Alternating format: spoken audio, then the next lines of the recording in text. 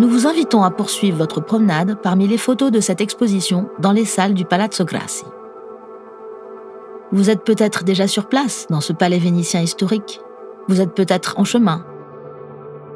Ou alors vous prévoyez de venir prochainement découvrir l'exposition Chronorama. Quoi qu'il en soit, ne vous pressez pas. Vous pouvez même fermer un instant les yeux.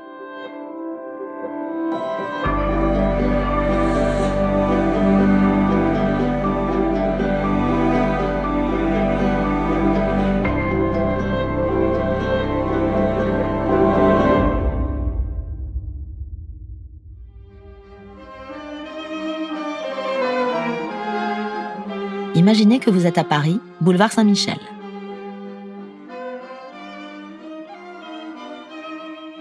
Le Boulmiche est, avec le boulevard Saint-Germain qui le croise, une des deux artères principales du quartier latin sur la fameuse rive gauche de la Seine. Des années 40 aux années 60 du siècle dernier, c'est le quartier que fréquentaient les intellectuels et les bohémiens, au point de devenir une sorte d'antonomase, c'est-à-dire un nom propre, invoquant instantanément tout un univers. Il suffit d'entendre les mots de rive gauche pour que l'esprit soit traversé par l'image de Parisiens en manteau, lisant le journal devant les bistrots, de belles jeunes filles en béret et imperméables, traversant la rue d'un pas agile. On pense immédiatement à Jean-Paul Sartre et Simone de Beauvoir, Miles Davis et Juliette Gréco. Mais revenons au Palazzo Grassi. On peut y voir une photographie prise boulevard Saint-Michel, mais qui parle d'un temps très différent, d'un temps de souffrance et d'humiliation. La photographie a été prise un jour lointain de 1944.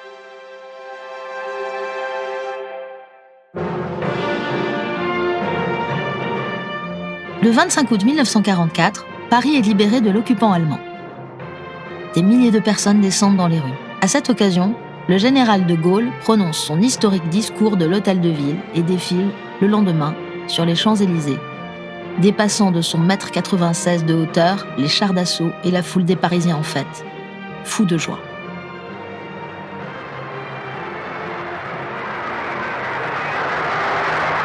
Le général de Gaulle, chef du gouvernement provisoire de la République française, va traverser la capitale sur un tapis valant d'acclamations.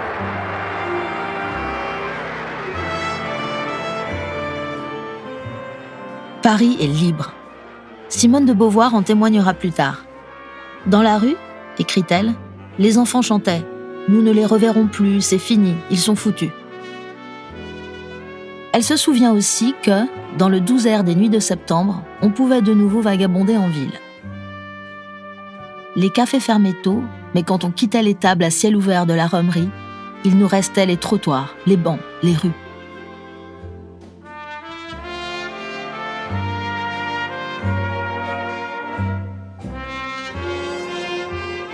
La Römerie dont parle Simone de Beauvoir se trouve boulevard Saint-Germain.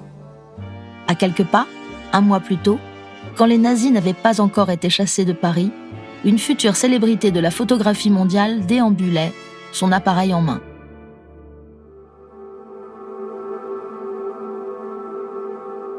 Il s'agit de Robert Doisneau, né en 1912 dans la commune limitrophe de Gentilly, au sud de la capitale. À l'époque de la photo exposée au Palazzo Grassi, Doisneau avait 32 ans. Du côté gauche de la photo, qui fut plus tard publiée dans Vogue, on peut voir le haut des immeubles longeant le boulevard. On voit le haut seulement, car le reste est caché par une barricade de briques et de sacs de sable. Du côté droit, une discussion est en cours. On voit, en pied, 7 jeunes de la résistance française en bras de chemise, leurs fusils et ceintures de munitions en bandoulière. Ils forment un cercle imparfait autour d'une 8e figure, un prêtre nommé Camille Folliet, héros de la résistance, précédemment fait prisonnier par la Gestapo. Folliet mourra en avril 1945, lors des toutes dernières phases de la guerre.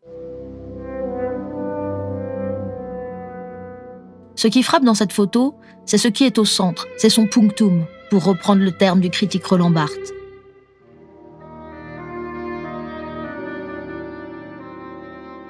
Ce centre, c'est le sourire ironique et presque amusé de Camille Folliet. Le groupe de résistants observe le prêtre et écoute ses paroles. D'une certaine manière, cette photo de Doisneau nous parle, comme si l'appareil photo avait aussi enregistré les sons et les paroles. Le prêtre, mince, avec au menton une barbe de quelques jours, donne l'impression de raconter aux résistants une sorte de blague. Mais une blague avec une morale, porteuse de quelques vérités. Tous l'écoutent attentivement et se laissent pénétrer par cette vérité. Aux lèvres de 2 des résistants pendent des cigarettes. Cette cigarette nonchalante rappelle les poses de beau ténébreux typiques des acteurs hollywoodiens. Doisneau a même été capable de saisir, au beau milieu d'une bataille livrée de rue en rue, cette petite touche de glamour cinématographique qui ne pouvait pas déplaire à une revue comme Vogue.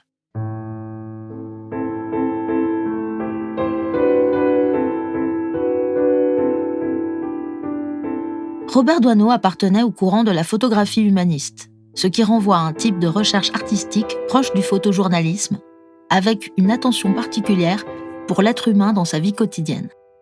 Le photographe humaniste était un chasseur en quête d'humanité et de dignité humaine, de sorte que ce qui venait s'imprimer sur sa pellicule, c'était toujours le regard affectueux, le geste complice, l'ouvrier pendant sa pause déjeuner ou l'enfant suçant son pouce.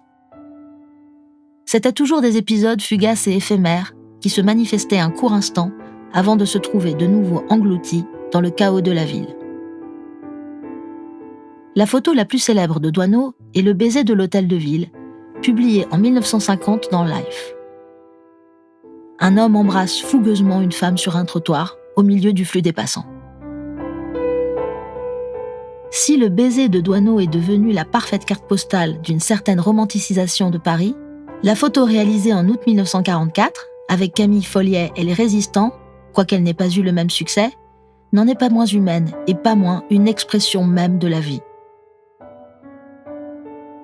Dans les 2 photos, Doisneau est parvenu à saisir ce court instant de chaleur et d'humanité qu'il cherchait continuellement.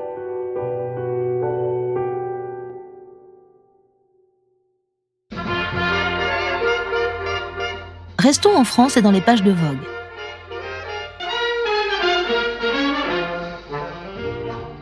À présent, la guerre est finie depuis un moment, une grande partie des villes ont été reconstruites. C'est une époque de prospérité, d'espérance et de plein emploi. C'est dans ce contexte que s'élabore graduellement un nouveau code moral, de beauté, d'élégance et d'art de vivre sophistiqué. Il s'agit d'un imaginaire et d'une esthétique bien précis qui, d'une certaine manière, sont restés avec nous et ne sont plus jamais repartis. Repensons, par exemple, aux icônes des années 50 comme Cary Grant et Dean Martin, et à leur projection à notre époque, incarnée par certaines personnalités du cinéma et du spectacle, l'acteur Georges Clooney en étant l'exemple par excellence.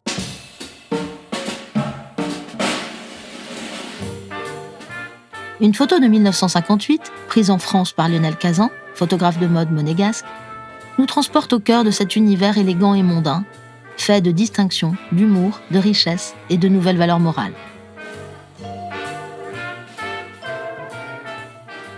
La photo a été prise sur la Côte d'Azur, sur le tournage du film Bonjour Tristesse du grand cinéaste Otto Preminger, puis publié dans Vogue. Le film est tiré du roman du même nom de l'écrivaine Françoise Sagan. Les sujets de cette photo sont les acteurs David Niven et Deborah Kerr. Tous 2 sont habillés par Givenchy.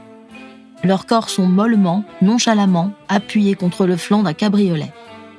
Derrière, les troncs et les branches des pins maritimes nous informent que l'homme et la femme se trouvent près de la mer. Mais c'est dans le dialogue entre l'élégance sportive et le sourire contagieux du couple qu'est la substance de cette image. Elle transmet au lecteur de Vogue tout un univers de valeurs, une formule de beauté infiniment années 50, informelle, étincelante et sophistiquée tout à la fois.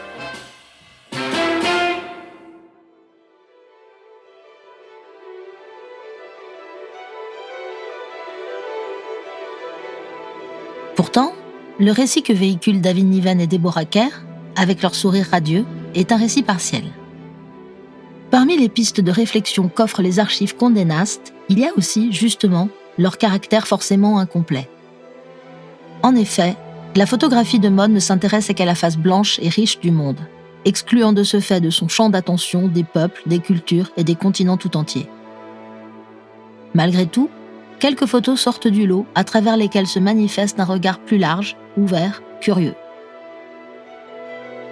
Attardons-nous sur l'une d'entre elles. La photo s'appelle « Les enfants de Cusco ».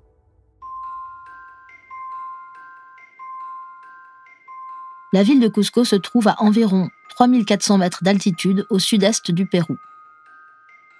Avant la conquête espagnole de 1533, c'était la capitale de l'Empire Inca. Aujourd'hui, c'est de Cusco que partent les excursions vers les vestiges du Machu Picchu. En 1948, à Noël, un grand photographe américain arrive à Cusco. Il s'appelle Irving Penn. Penn nourrissait une passion particulière pour l'Amérique du Sud. Après avoir essayé pendant des années de devenir peintre, il avait fini par y renoncer pour intégrer Vogue en 1943 comme assistant d'Alexander Lieberman, alors directeur artistique du magazine. Par la suite, Lieberman ayant découvert le talent de Penn comme photographe, il a décidé de lui laisser de plus en plus d'espace pour s'exprimer. Penn est ainsi devenu un des photographes les plus importants de l'histoire du magazine Vogue.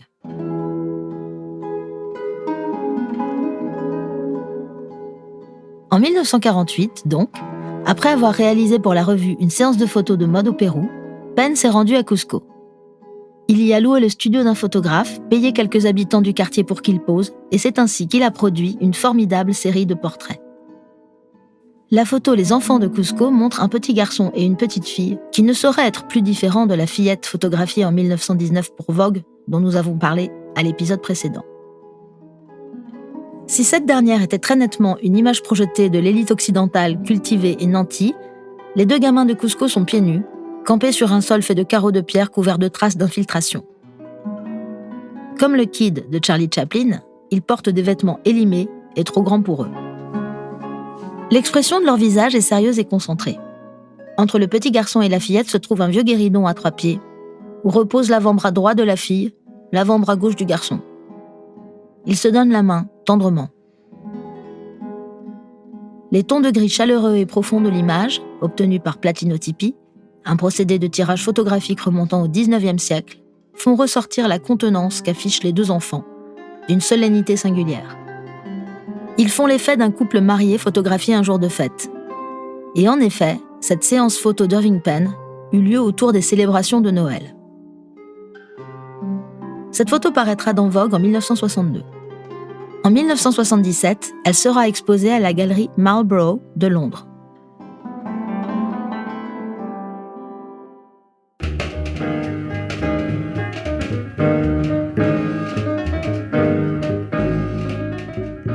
Si Irving Penn chercha toujours la bonne occasion d'aller au-delà du langage de Vogue, les choix de la photographe américaine Diane Arbus furent encore plus radicaux et déconcertants.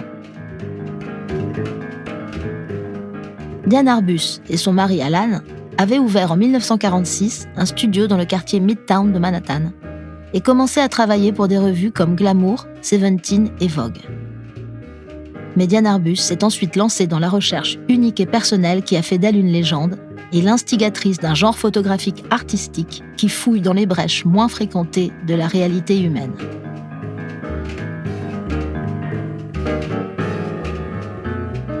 Elle se met à photographier des jumelles inquiétantes, des personnes affectées de nanisme dans des chambres d'hôtel à Manhattan, des corps entièrement couverts de tatouages et des hommes habillés en femmes. Le récit qu'elle fait du réel est original, anticonformiste et détaché de toute compassion. Elle n'aurait pas pu être davantage aux antipodes de ce qu'on pouvait trouver dans les pages de Vogue ou Vanity Fair dans les années 50 et 60.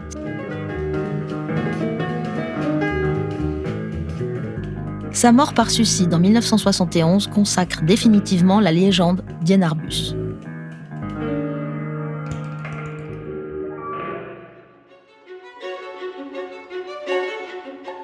Parmi les photos exposées au Palazzo Grassi figurent 2 clichés réalisés en duo avec son mari et un portrait du couple, très beau, très intense, réalisé en 1950 par Frances McLaughlin Gill. L'écrivaine et philosophe Susan Sontag a dédié à Diane Arbus des pages d'une acuité et d'une sagacité impressionnantes. Dans son célèbre essai sur la photographie, Sontag écrit que le succès d'Arbus, particulièrement dans les années 70, a tenu au fait que de la même manière que le public des années 50 voulait être consolé par un humanisme sentimental, celui des années 70, au contraire, demandait à être dérangé. Entre Susan Sontag et Diane Arbus, c'est presque un duel qui se joue.